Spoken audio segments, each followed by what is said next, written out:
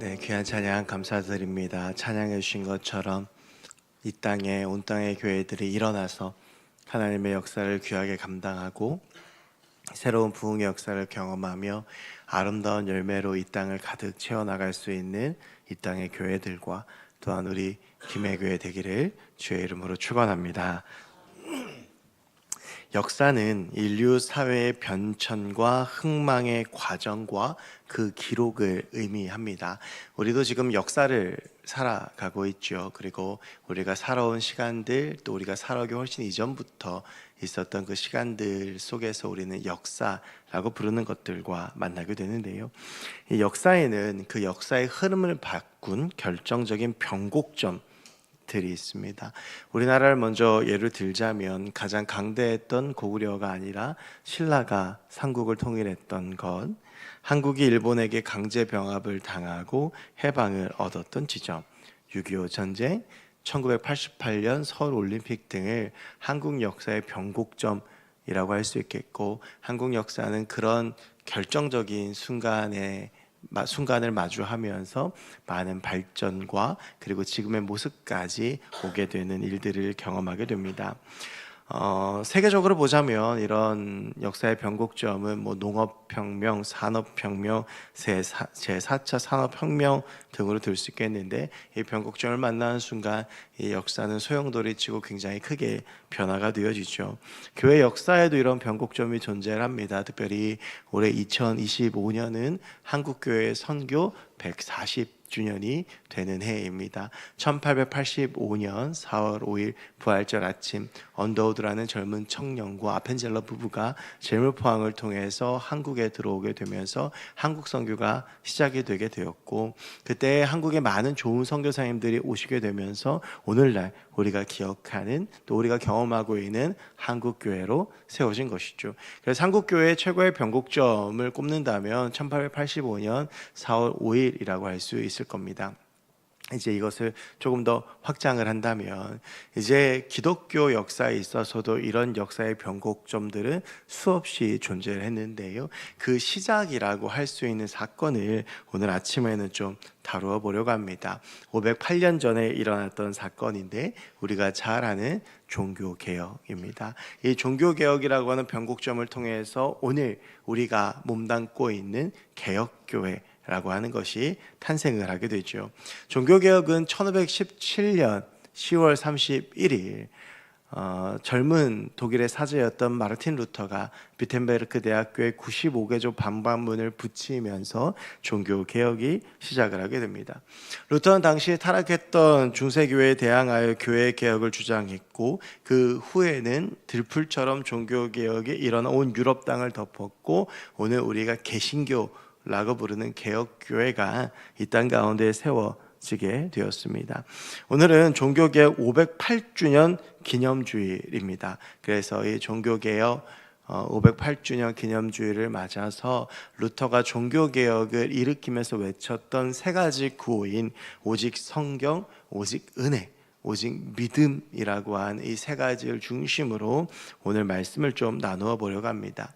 모든 일에는 원인이 있죠. 원인 없는 결과는 없습니다. 그래서 이 종교개혁도 왜 이 종교개혁이 일어났어야만 했는가라고 하는 원인을 좀 살펴보아야 할 텐데, 여러 가지 복합적인 이유들과 중요한 이유들이 있죠. 그런데 그 중에서 종교개혁이 일어나게 된 가장 결정적인 사건을 한 가지 꼽으라고 한다면 바로 면벌부 판매라고 할 수가 있습니다. 이 중세교회는 타락할 만큼 타락해 있었는데요, 교회를 이용해서 자기의 뱃속을 채우는 종교 사기꾼, 종교 장사꾼들이 가득했고, 교회에 세속화는 걷잡을 수 없이 퍼졌습니다. 그러한 상황 속에서 이제 교회가 면벌부를 판매하게 되는데요, 여러분 세계사 시간에 배우셨겠지만 이제 용어가 조금 다르다라고 하는 것을 느끼실지 모르겠는데, 원래 그 면제부라고 하죠. 그런데 이제 면제부라고 했던 명칭이 면벌부로 바뀌었습니다. 이것이 그 가진 의미 때문에 그런데요, 면죄부라고 하면 죄를 면해준다 라고 하는 것이죠. 근데 정확하게 이때 팔았던 이 문서는요, 죄를 없애주는 것이 아니라 죄는 그대로 있지만 그 죄의 결과로 받을 벌을 면하여 준다 라고 하는 의미였습니다. 그래서 면죄부라고 하는 용어보다는 면벌부라고 하는 용어가 더 맞다라고 해서 요즘은 면벌부라고 이야기를 합니다. 당시 중세교회가 면벌부를 판매했던 가장 큰 이유는 성 베드로 성당의 건축 때문이었습니다. 화려하고 웅장한 성당을 지으려면 당연히 돈이 많이 필요했고 그 재정을 채울 방법을 고민하던 중세교회가 교인들에게 면벌부를 판매하기로 한 겁니다. 돈을 내면 그 죄를, 그 벌을 면하여 주는 교황청 직인이 찍힌 문서를 팔기로 했던 것이죠. 그 당시에 사제들 중에서는 이 면벌부 판매를 전담하는 장사꾼들이 있었습니다. 그 중에서 가장 유명한 면벌부 판매 장사꾼은 사제였던 요한 테첼이라고 하는 사람입니다. 이 사람은 굉장히 언변이 뛰어났다라고 하고요. 그리고 마술 같은 퍼포먼스도 보여줬다라고 합니다. 그래서 이 사람이 면벌부를 파는 곳은 항상 면벌부가 완판되는 역사가 일어났다라고 합니다.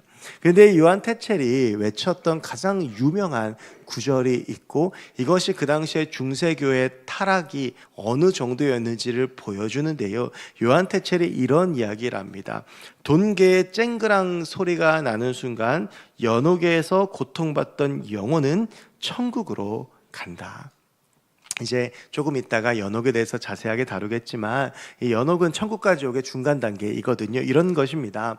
내가 헌금을 하면 그 헌금이 이 돈궤에 쨍그랑하고 소리가 나서 떨어지는 그 소리를 듣고 하나님이 너의 부모를 그리고 너의 친척을 그리고 너를 연옥에서 건져서 천국으로 옮겨주신다라고 하는 겁니다.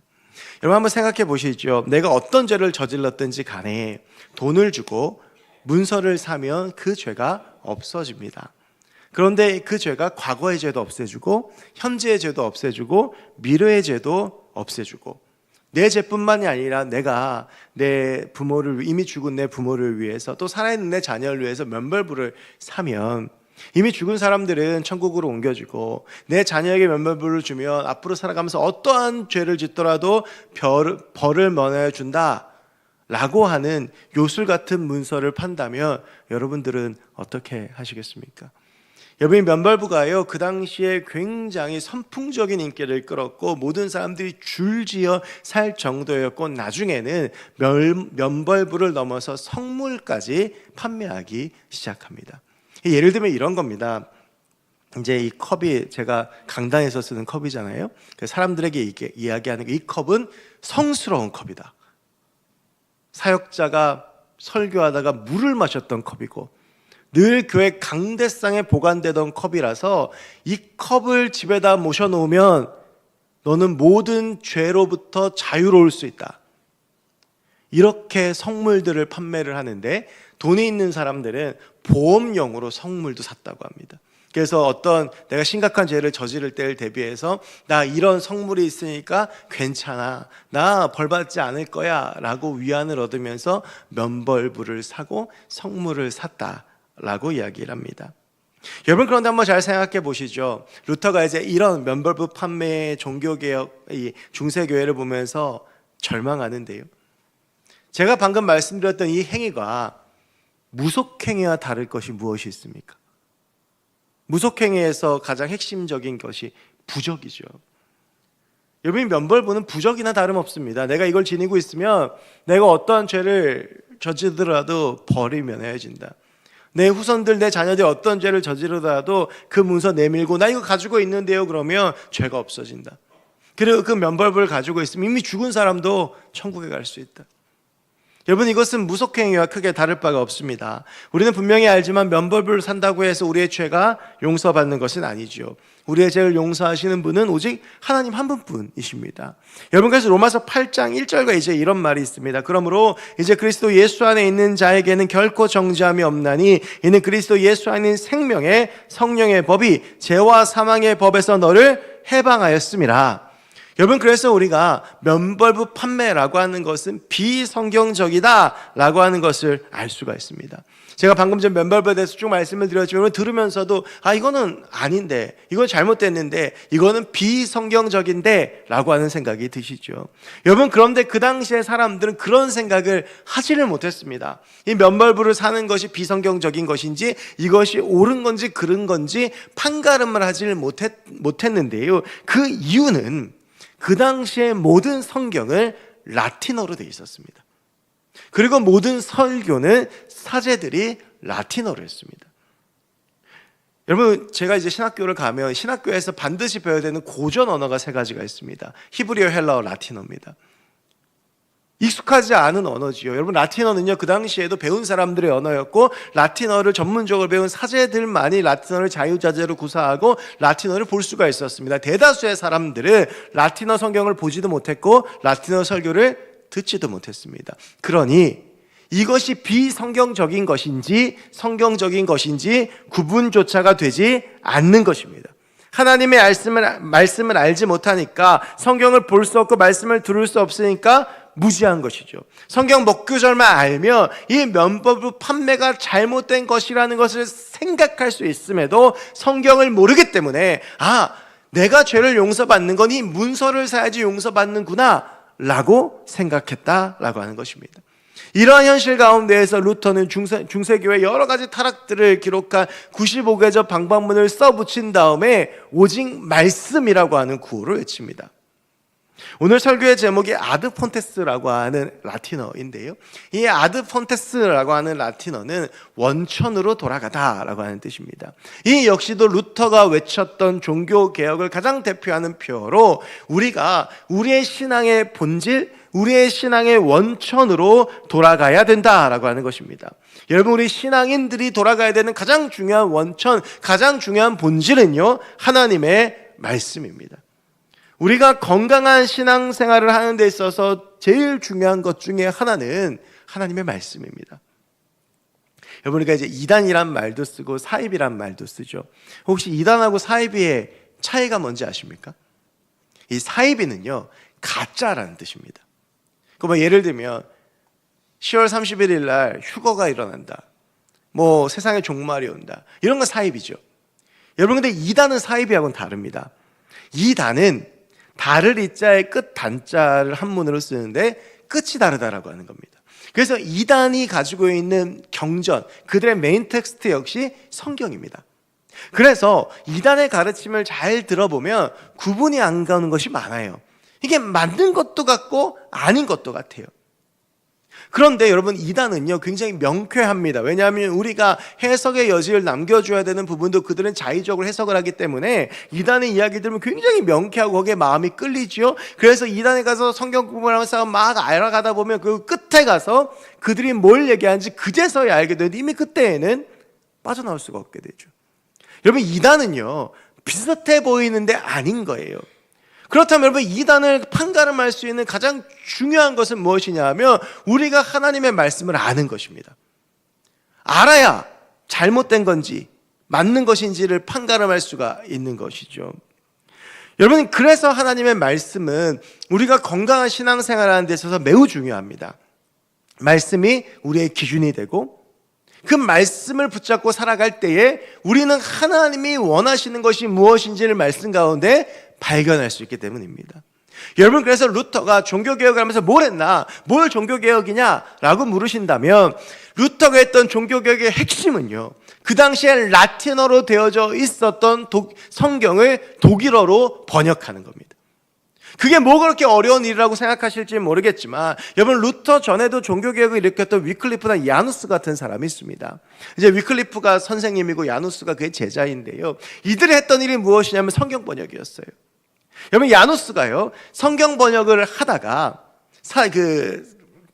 교황청에 붙잡혀서 화형을 당합니다.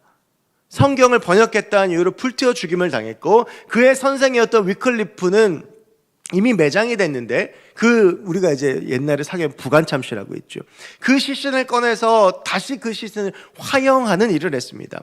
왜냐하면 이 라틴어 성경은 그 당시에 사제들이 자기의 기득권을 지키는 도구였습니다. 하나님의 말씀을 나만 해석할 수 있고 하나님의 해석을 선택받은 우리만 해석할 수 있기 때문에 하나님의 말씀을 가지고 이용하고 사람들을 속이기가 너무나도 좋은 것이죠. 여러분, 그래서 지금도요, 천주교는 성경책을 읽지 않습니다. 왜냐하면 성경을 개인적으로 해석할 수 있는 권한이 없습니다. 그래서 천주교가 이렇게 성경을 잘 읽지 않으니까 그 빈 공간을 채우기 위해서 기도나 영성 같은 것들이 발전을 한 겁니다. 루터는요, 그런 위클리프와 야누스에 대해서 알고 있죠. 여러분, 루터가 독일어 성경을 번역하는 그 과정은 결코 순탄하지 않았습니다. 도망 다니고 그러면서 써놨던 것도 잊어버리면서 목숨을 걸고 성경 번역을 했는데, 여러분, 우리가 같이 읽은 오늘 같이 부른 찬송가 585장은 여러분 그 찬송가 보시면 있겠지만 종교개혁주일이라고 되어 있습니다. 이게 루터가 쓴 찬송시입니다. 내 주는 강한 성이요. 루터가 너무 힘들 때, 성경 번역하느라 죽을 위기를 겪었을 때 루터가 고백했던 하나님에 대한 것인데, 하루는 루터가 이제 이렇게 하다 안 되나 보다, 이거는 여기서 끝인가 보다라고 실에 빠져서 침대에 누워 있는데 루터의 아내가 상복을 입고 들어왔다고 해요. 루터가 너무 놀라가지고 누가 죽었는데 이렇게 상복을 입었냐 그랬더니 루터의 아내가 그랬답니다. 하나님이 돌아가셨습니다. 그러니까 루터가 너무 황당해서 그 무슨 해괴망측한 소리냐, 하나님이 왜 돌아가시냐 그랬더니 루터의 아내가 이런 말을 했다고 합니다. 당신이 이렇게 실에 빠져서 누워있는 걸 보니 하나님이 돌아가신 것 같습니다. 그래서 루터가 다시 힘을 내서 성경 번역을 했다라고 하는 이야기가 있을 정도로 루터가 성경 번역한 일은 결코 쉽지 않았습니다. 루터가 신약을 먼저 번역하고 그 다음에 구약을 번역했는데, 놀라운 건 이 성경이 날개 돋친 듯이 팔려가고, 그래서 팔린 부수를 계산하면 그 당시에 독일 국민들이 모두가 성경책을 가졌다고 추측될 만큼 성경이 팔려나가게 됩니다. 여러분, 우리가 손에 쥔 성경은 이러한 과정들 속에서 종교개혁의 과정을 거치며 우리 손에 오게 된 것이죠. 여러분, 이제 우리의 삶을 좀 생각해 봤으면 좋겠습니다. 우리는 과연 오직 성경의 삶을 살아가고 있습니까?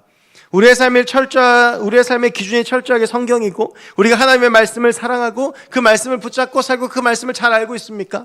누군가가 면법을 판매 같은 엉뚱한 짓을 하고 말도 안 되는 비성경적인 일을 했을 때에 이것은 성경에서 위배된 것이다 라고 확실하게 말할 수 있을 정도로 말씀에 대해서 우리가 잘 알고 있습니까? 예수님께 마귀가 찾아와서 시험을 할 때 예수님께서 마귀의 시험을 말씀을 이기셨던 것처럼 우리가 말씀으로 무장되어져 있습니까? 여러분, 우리는 어쩌면 성경이 라틴어로 되어 있든 아프리카 언어로 되어 있든 아무 상관없는 삶을 살고 있지는 않습니까?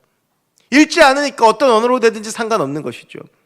성경에 대해서 관심이 없고 성경에 대해서 모르니까 어떤 언어로 되어 있든지 굳이 상관이 없는 것이죠.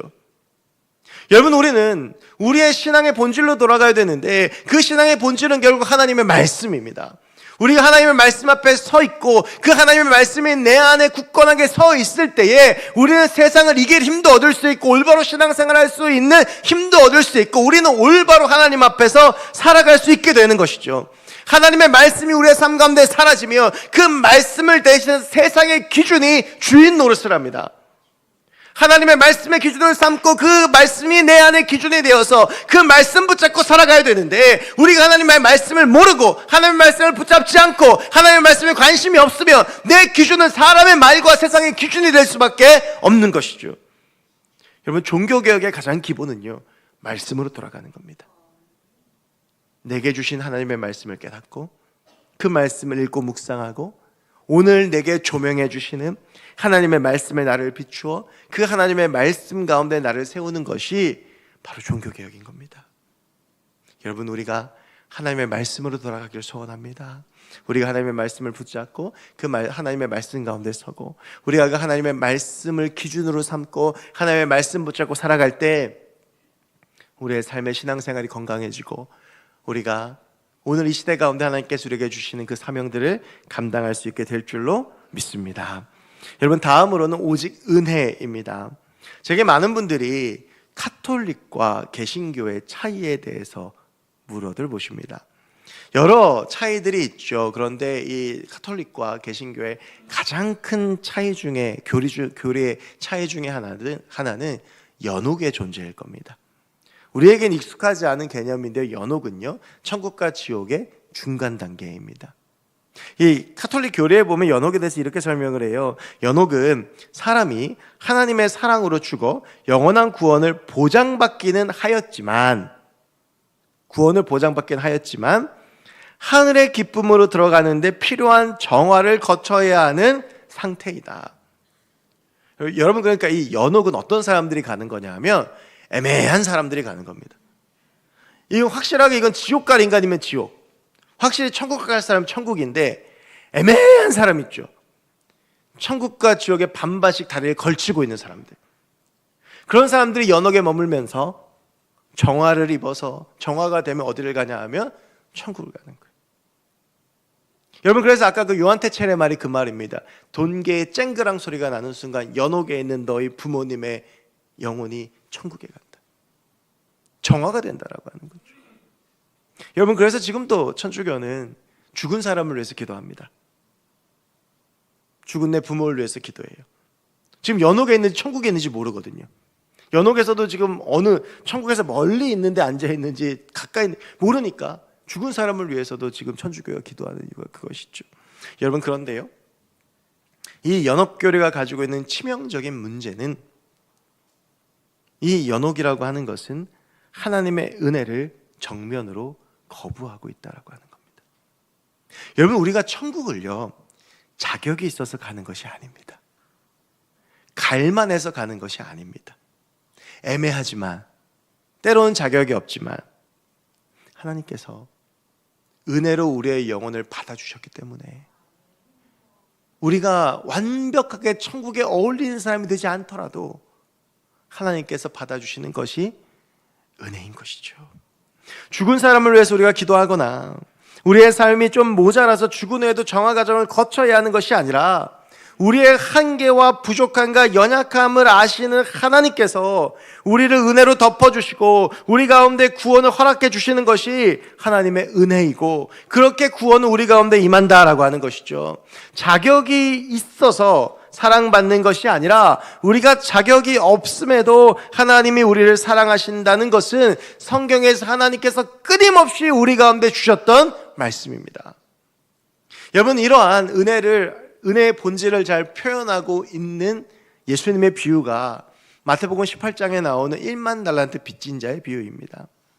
제가 아마 이 본문을 몇 달 전에 용서에 대한 말씀을 전한 적이 있는데요, 여러분, 1만 달란트가요 어마어마한 돈입니다. 1달란트가 6천 데나리온이거든요. 근데 1데나리온이 노동자의 하루 품삯입니다. 그러니까 1데나리온은 얼마냐 하면 노동자가 20년 동안 벌어야 벌 수 있는 돈이라는 거예요.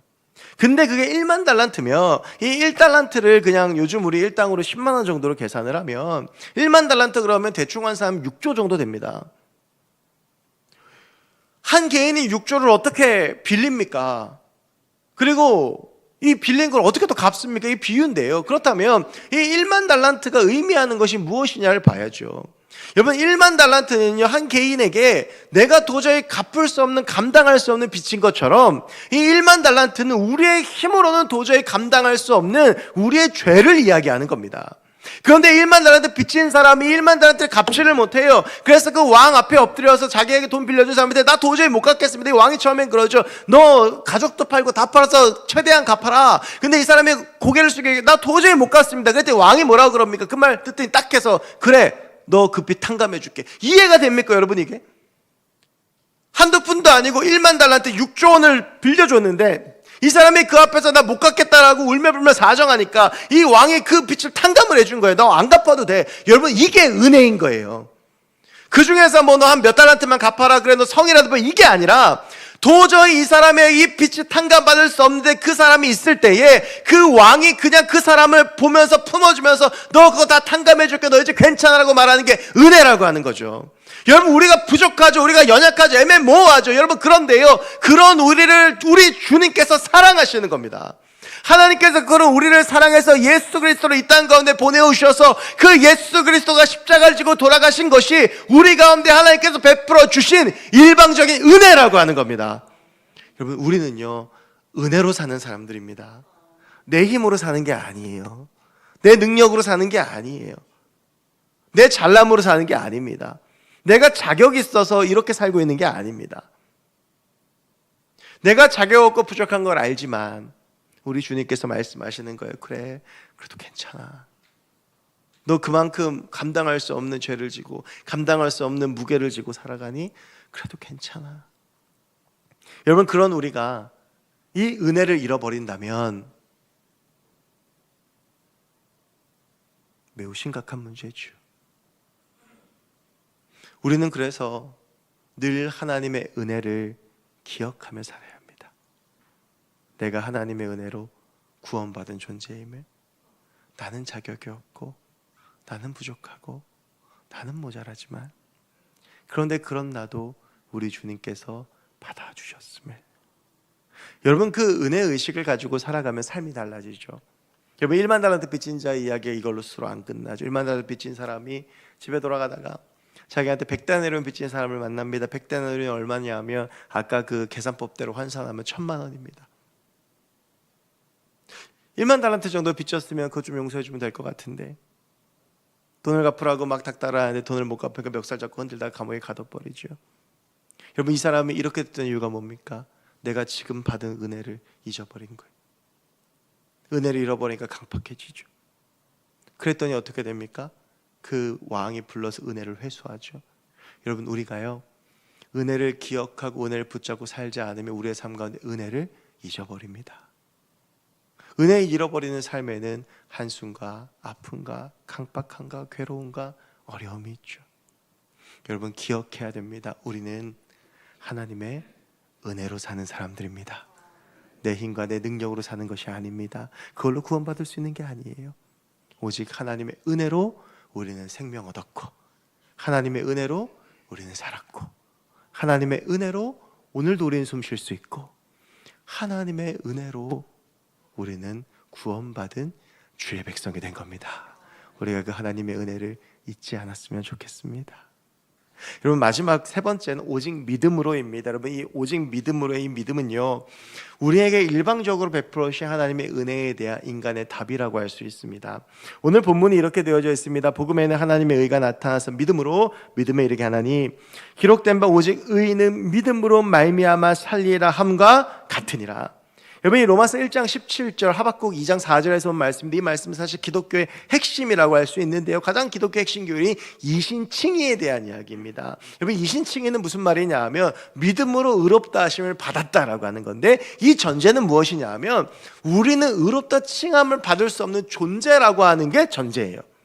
우리는 의롭다 하심을 받을 수 없는, 의인에 이를 수 없는 존재인데 우리 주님께서 우리를 의인으로 삼아 주셨대요. 무엇으로요? 우리의 믿음을 보시고. 여러분, 우리 인간은요, 철저한 죄인입니다. 그래서 우리의 노력으로는 절대로 의를 얻을 수가 없어요. 그래서 우리 가운데 뭐가 필요한 거예요? 하나님의 은혜가 필요하죠. 하나님께서 그 은혜로 우리를 덮어주시고, 하나님께서 그런 은혜로 우리에게 십자가를 주시고 우리를 구원하시겠다라고 말씀하시는데, 여러분, 그런데 여기에서 인간의 불안이 시작이 됩니다. 무슨 말이냐 하면, 여러분, 면벌보가 좋은 건 뭔지 아세요? 확실하잖아요. 너 구원받았어? 나 구원받았어. 바로 여기 교황이 도장 찍어줬잖아. 얼마나 확실합니까? 여러분, 우리가 이 구원의 확신에 대해서 늘 흔들리죠. 그러니까 이제 중고등부 수련회 가가지고 마지막 날 밤에 단골로 하는 거 있습니다. 오늘 이 밤 죽어도 천국 갈 사람 손 들어. 그럼 양심이 있으니까 다 손 안 들어요. 여러분, 우리가 이제 살아가면서 늘 부딪히는 딜레마가 뭐예요? 우리의 삶을 보고 우리의 신앙을 보면 과연 내가 구원받은 존재인가? 라고 하는 그 흔들림이 있는 거죠. 여러분, 그래서 면벌부 판매도 있었고, 고해성사 같은 게 그런 거 아닙니까? 신부 앞에, 사제 앞에 쭉 죄를 용서하면 그 사제가 마지막에 뭐라고 얘기해요? 너의 죄를 사하노라. 얼마나 마음이 시원합니까? 난 용서받았다. 사실 행위구원론도 이런 것이죠. 여러분, 그런데 우리 구원에 대해서 성경은 분명히 선언합니다. 다른 이로서는 구원을 받을 수 없나니 천하 사람 중에 구원을 받을 만한 다른 이름을 우리에게 주신 일이 없음이라 하였더라. 여러분, 우리에게 구원 주시는 분 예수 그리스도 한 분뿐이시고, 우리가 그 예수 그리스도를 믿을 때에 우리는 구원을 받는 겁니다. 여러분, 그래서 우리가 붙잡아야 될 것은 무엇이냐면 바로 믿음이라고 하는 거예요. 내가 과연 하나님을 온전히 믿고 있느냐, 내 안에 믿음이 있느냐, 여러분 이것이 끊임없는 우리의 점검이 되어야 되고, 과연 나는 믿음으로 살고 있는지를 보아야 하죠. 여러분, 우리가 신앙생활을 하든 믿음 없이 살 수 있습니다. 신앙생활을 몇십 년을 하더라도 내 안에 믿음이 없을 수가 있어요. 그게 중세교회에 나타났던 가장 대표적인 현상이죠. 교회가 커지고 웅장하고 화려한 성당에서 예배드리지만 실제로 그 예배드리는 사람들의 마음 가운데에는 하나님을 향한 믿음이 없어요. 하나님의 실존을 향한 믿음, 하나님이 계시는구나, 하나님이 살아계시는구나, 하나님이 오늘도 나와 함께 하시는구나, 하나님이 날 위해 예수 그리스도를 보내주셨고 그 예수께서 날 위해 죽으셨구나라고 하는 그 믿음이 없이 껍데기만 나와 있으니 루터가 그걸 보면서 외치는 거예요. 오직 믿음으로 살아야 된다. 껍데기로 사는 게 아니라, 습관으로 사는 게 아니라. 여러분, 우리가 믿음 생활에 온 시간이 우리의 믿음 생활의 실력을 이야기하지 않습니다. 여러분, 우리는 끊임없이 과연 내가 하나님 앞에 온전히 서 있고, 나는 과연 온전히 믿음 가운데 살아가며 내가 정말 하나님을 온전히 믿고 있는지 끊임없이 점검해 보아야 합니다. 그저 습관에 따라, 흐름에 따라, 시간에 따라 살아가는 것이 아니라 날마다 여러분, 우리의 삶의 종교개혁이란 그런 것이죠. 내가 하나님 제대로 믿고 있나? 내가 제대로 주님 믿고 있나? 종교생활이 아니라 신앙생활하고 있나? 내가 과연 하나님 앞에 온전히 서 있나? 내가 그 하나님과 함께 하루하루 호흡하며 살아가고 있나? 여러분, 그렇게 믿음 가운데 살면 그 증거가 삶이 변합니다. 타고난 성품 착함 것 때문이 아니라 하나님이 살아계시고 실존하시고 나와 함께 하시고 그 주님이 날 구원해 주셨고 그 주님의 은혜가 내 안에 주어졌고 난 그 주님을 믿는다면 당연히 우리의 삶은 달라질 수밖에 없죠. 그리스도인은 구원을 받기 위해서 선행을 하는 존재가 아니라 구원을 받기 때문에 당연히 그에 걸맞는 삶을 살아갈 수 있게 된 존재인 겁니다. 여러분, 우리가 온전한 믿음으로 사는 저와 여러분들이 됐으면 좋겠습니다.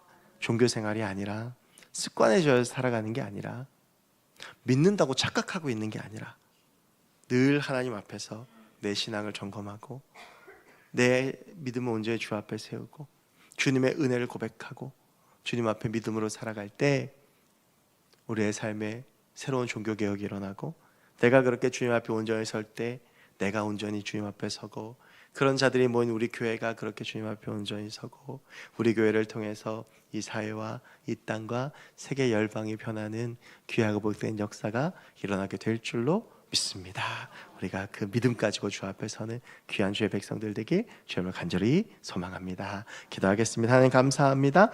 오늘 우리가 종교개혁 주일을 맞아 오직 말씀, 오직 은혜, 오직 믿음의 말씀을 나누었습니다. 하나님, 우리가 내 믿음을 끊임없이 점검하며 내가 과연 주 앞에 온전히 믿고 있는지를 돌아보며 주 앞에 서게 하시고 그럴 때 발견되어진 주의 은혜를 붙잡고 주의 말씀 붙잡고 살아가는 하나님의 귀하고 거룩한 백성들 되게 하여 주시옵소서. 감사드리며 모든 말씀 우리 주 예수 그리스도의 이름으로 기도하옵나이다.